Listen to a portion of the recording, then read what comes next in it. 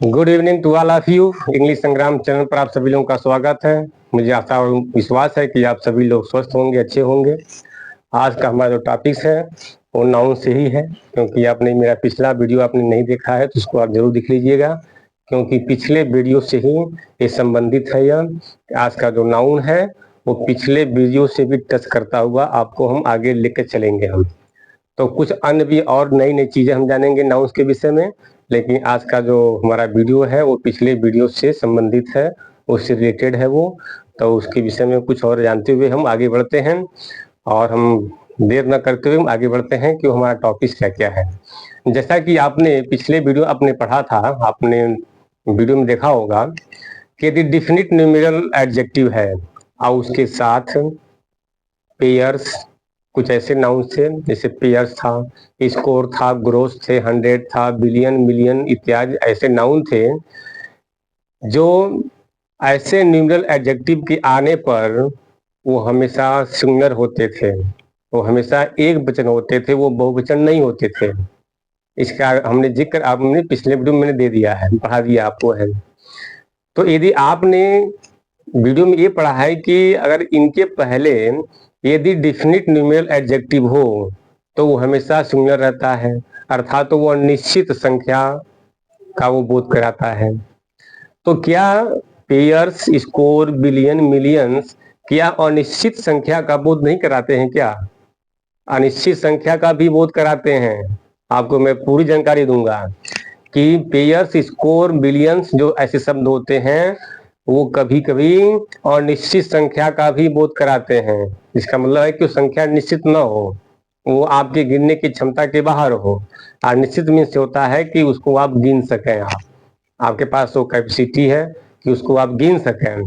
तो जब आप गिन सकेंगे तो इन नाउन के पहले डिफिनिट न्यूमेरल एडजेक्टिव जरूर आएगा, और इनके पहले डिफिनिट न्यूमेरल एडजेक्टिव नहीं आएगा तो आपको कहीं कहीं सेंटेंस में मिलेगा भी कि डजन में भी यस लगा हुआ है, बहुवचन बना हुआ है, पेयर्स में भी है, हंड्रेड्स में है, थाउजेंड्स में है, बिलियंस में है, मिलियंस में है। ये कभी कभार बहुवचन के रूप में भी देखने को मिलते हैं। तो इस कंडीशन में आप कंफ्यूज हो जाएंगे कि इनका तो बहुवचन होता ही नहीं है।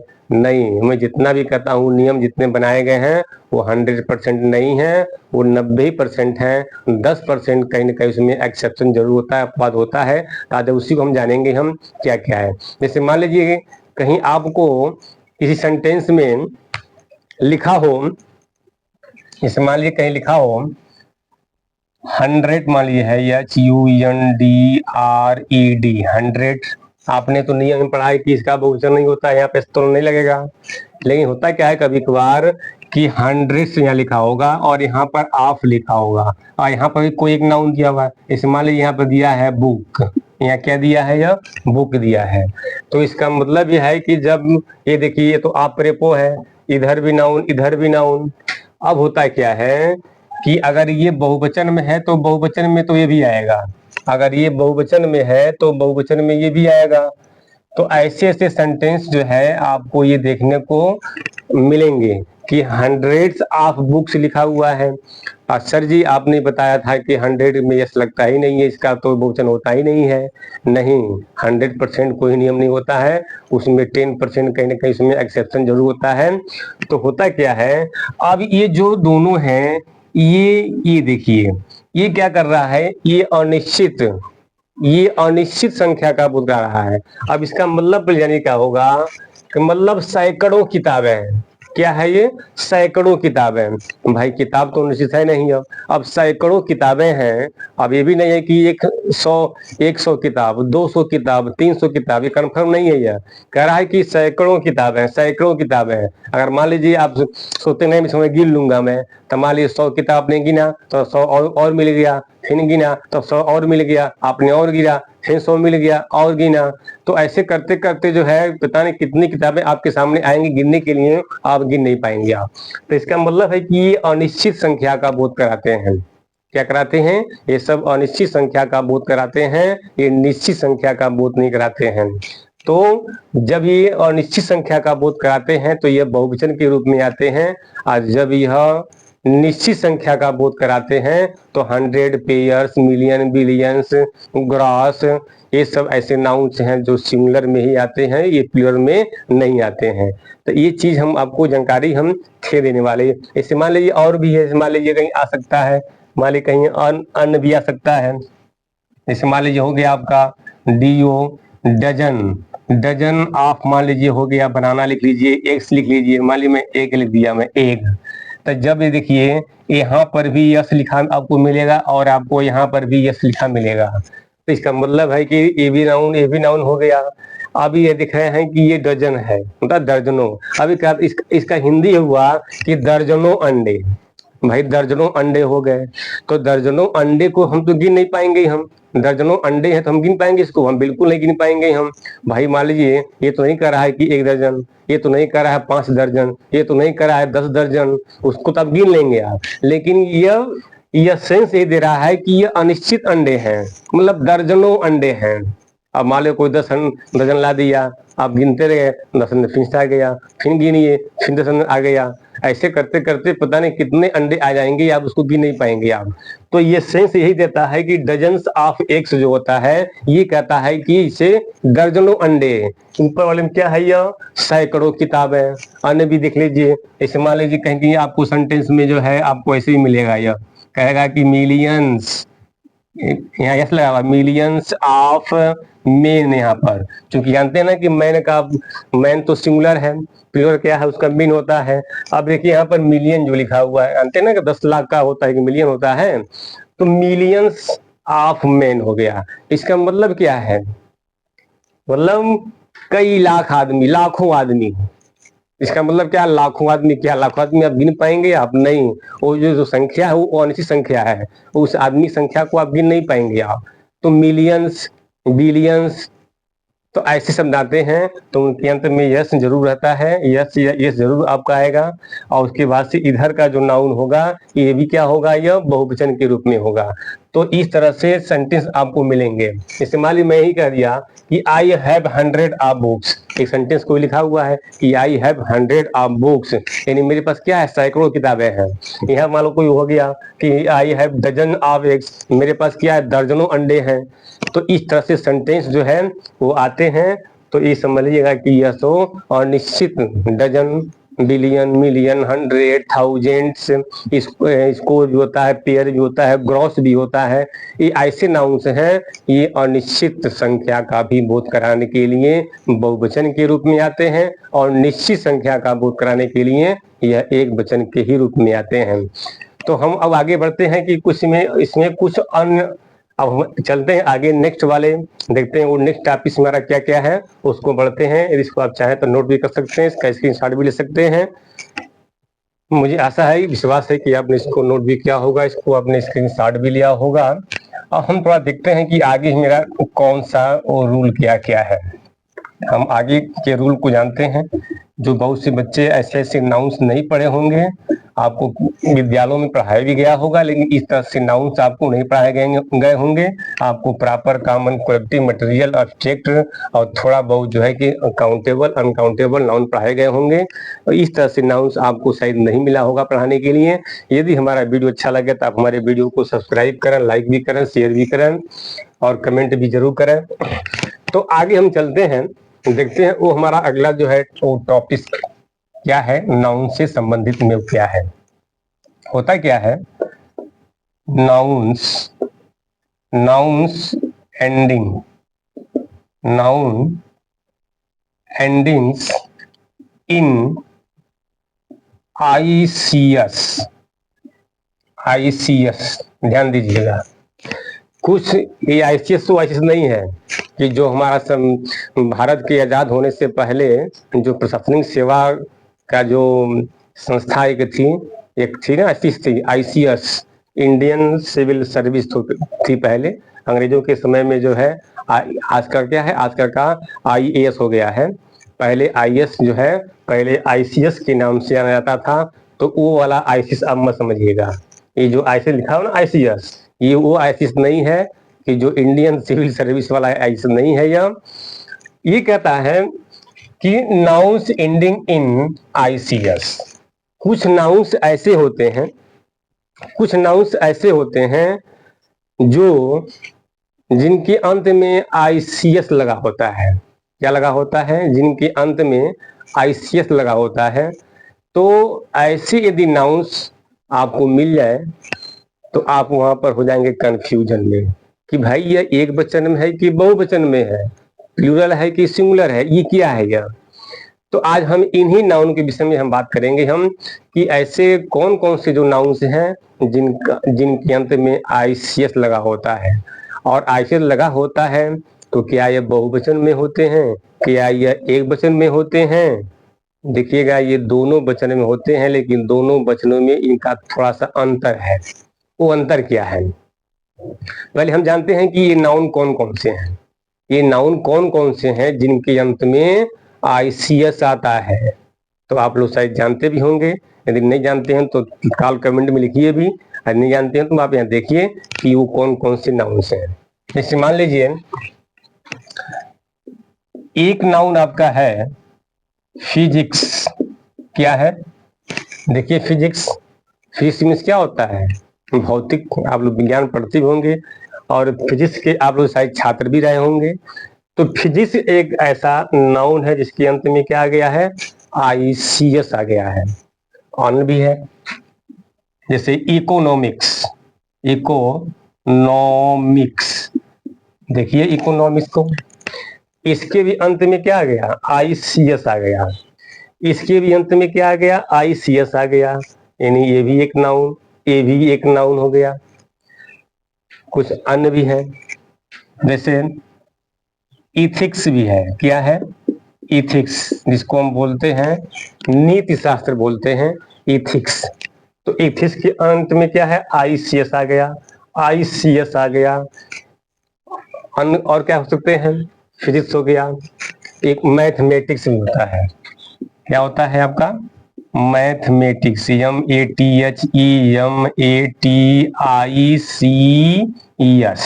देखिए मैथमेटिक्स के अंत में क्या आ गया? आईसीएस आ गया। इथिक्स के अंत में क्या आ गया? आईसीएस आ गया। इकोनॉमिक्स के अंत में क्या आ गया? आईसीएस आ गया। फिजिक्स के अंत में क्या आ गया? आईसीएस आ गया। यानी ये जितने भी आप नाउन जो देख रहे हैं, एक क्लासिक्स भी होता है, CLASSICS आ गया। तो ये जितने भी आप नाउन देख रहे हैं, ये नाउन सभी क्या हैं? ये सभी नाउन्स विषय से होते हैं संबंधित। क्या होते हैं? सभी नाउन्स विषय से होते हैं संबंधित।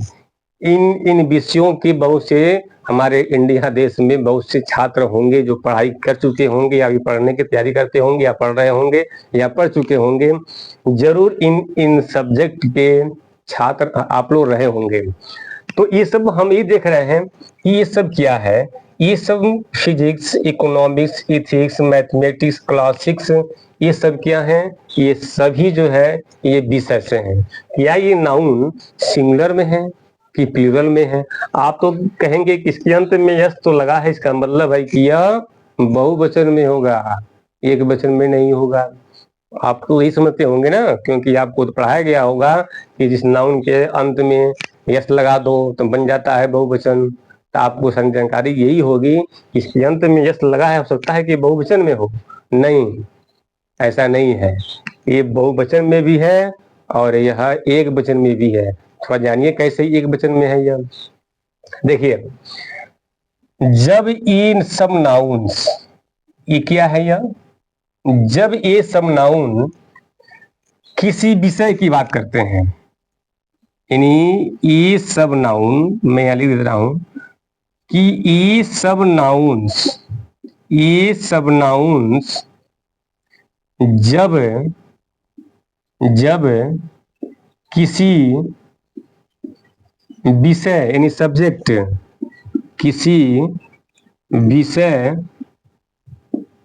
की बात करते हैं, विषय की बात करते हैं तो हमेशा सिंगुलर में रहते हैं। सिंगुलर माने एक वचन, सिंगुलर में रहते हैं। ध्यान दीजिए मैंने क्या कहा कि जब ये सब जो नाउन्स हैं जब ये किसी विषय की बात करते हैं, इनसे हमको विषय का हमको जानकारी मिलती है कि भाई विषय ये चीज है, यानी ये विषय का ये बोध कराते हैं। तो जब ये नाउन्स विषय का बोध कराते हैं तो ये हमेशा एक वचन में रहते हैं, बहुवचन में नहीं रहते हैं। इसका मतलब है कि यदि ये सब नाउन्स यदि किसी सेंटेंस में सब्जेक्ट के स्थान पर आ जाएंगे तो इनके साथ जो वर्ब आएगी वह सिंगुलर में आएगी, एक वचन में आएगी, बहुवचन में नहीं आएगी। क्या होगी? इन सब के साथ यदि जो वर्ब आएगी तो समझ लीजिएगा कि सिंगुलर ही वर्ब आएगी, क्योंकि सिंगुलर सब्जेक्ट होता है तो सिंगुलर वर्ब भी लेता है।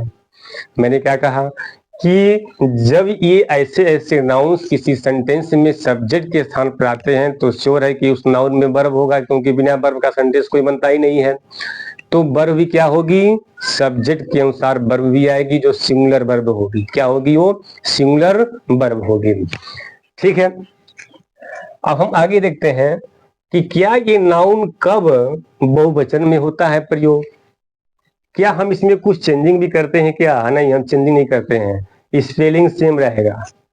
स्पेलिंग क्या होगा? यह सेम रहेगा, केवल भाव के अनुसार, बोध के अनुसार जो है हम इसको सिंगुलर प्लूरल में हम मान सकते हैं। अभी देखिए, हमने पहले भी कहा कि यदि ये सब विषय की बात करते हैं, विषय की जानकारी हमको देते हैं, मान लो कोई या फिजिक्स में क्या होता है तो कहोगे भौतिक होता है, तो भौतिक क्या तो विषय हो गया। इकोनॉमिक्स क्या है? अर्थशास्त्र हो गया, तो विषय हो गया। तो जब ये नाउन्स जब किसी विषय की जानकारी देते हैं, विषय का बोध कराते हैं, तो उस कंडीशन में यह सिंगुलर होते हैं, अर्थात ये हमेशा सिंगुलर ही वर्ब लेते होंगे। क्या लेते होंगे? ये सिंगुलर वर्ब लेते होंगे। हम एक आध एग्जाम्पल भी आपको हम समझा सकते हैं।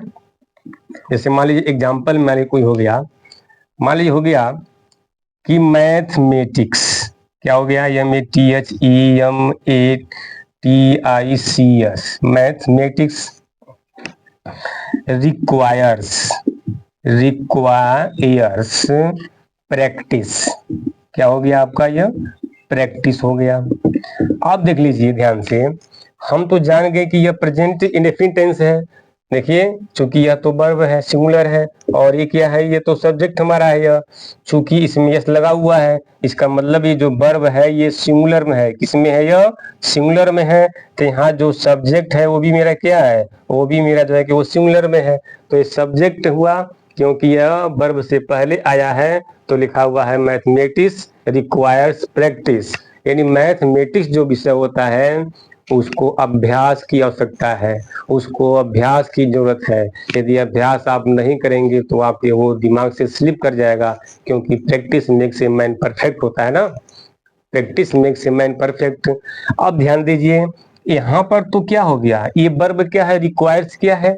ये तो सिंगुलर वर्ब है, क्योंकि इसके अंत में लगा है। यदि आपने प्रेजेंट टेंस पढ़ा होगा तो उसमें क्या होता है? यदि सिंगुलर सब्जेक्ट है तो उसमें सिंगुलर सब्जेक्ट के साथ क्या होती है? सिंगुलर उसमें वो वर्ब भी आती है।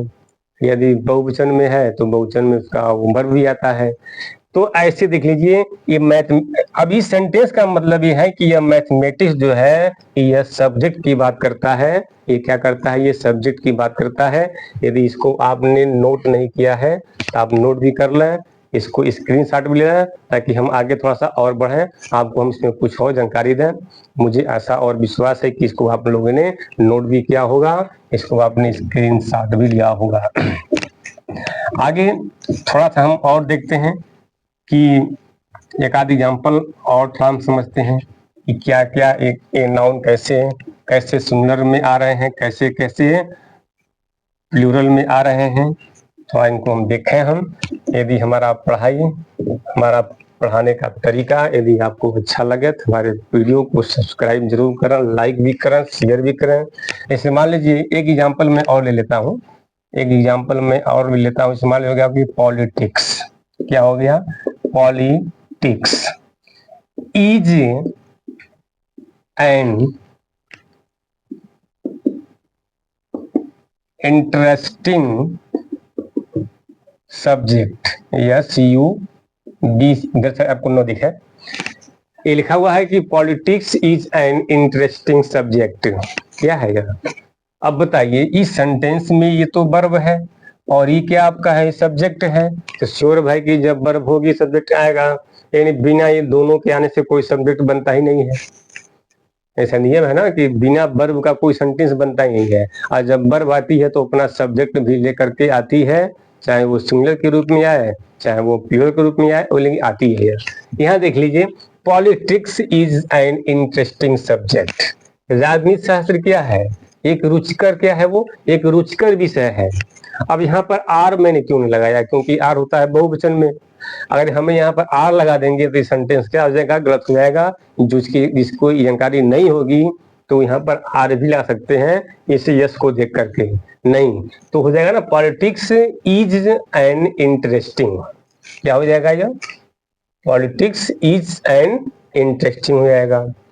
तो ऐसे बहुत से एग्जाम्पल आपको मिलेंगे कि जो, तो आप ध्यान दीजिएगा कि यदि पॉलिटिक्स के साथ इज लगा है यानी सिंगुलर वर्ब लगी है तो समझ लीजिएगा कि पॉलिटिक्स किसी विषय, मतलब वो विषय की बात कर रहा है, न कि वो किसी के गुण का बात करता है, या है वो किसी के गुण की बात वो नहीं करता है।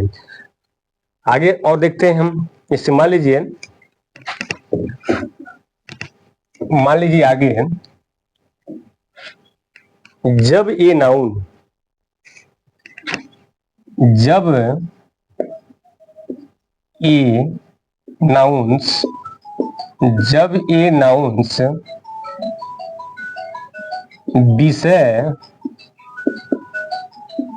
विषय की बात न करके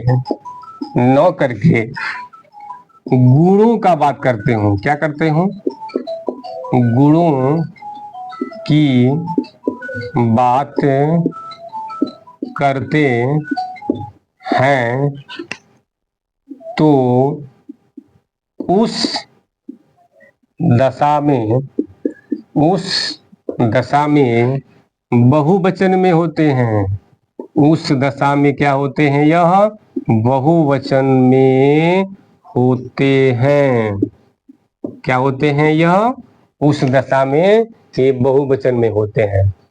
अब इसके पहले आपने पढ़ा था कि जब ये नाउन्स जब विषय की बात करते हैं तो सिंगुलर में होते हैं, और जब यही नाउन गुणों की बात करते हैं तो जब ये गुण की बात करेंगे तो बहुवचन में आएंगे। स्पेलिंग सेम रहेगा, स्पेलिंग में नो मिस्टेकिंग, नो कमी बेसी नहीं होगा, ना उसमें कोई जुटेगा ना उसमें आएगा, स्पेलिंग सेम रहेगा। तो जब वो गुण की बात करेंगे तो उनके साथ वो हमेशा बहुवचन में रहेंगे, उनके साथ जो वर्ब आएगी वो बहुवचन के रूप में ही वर्ब आएगी। इसे मान लीजिए, मैं आपको एक एग्जाम्पल से भी आपका मैं क्लियर करना चाहता हूँ। जैसे मान लीजिए हो गया कि हिज मैथमेटिक्स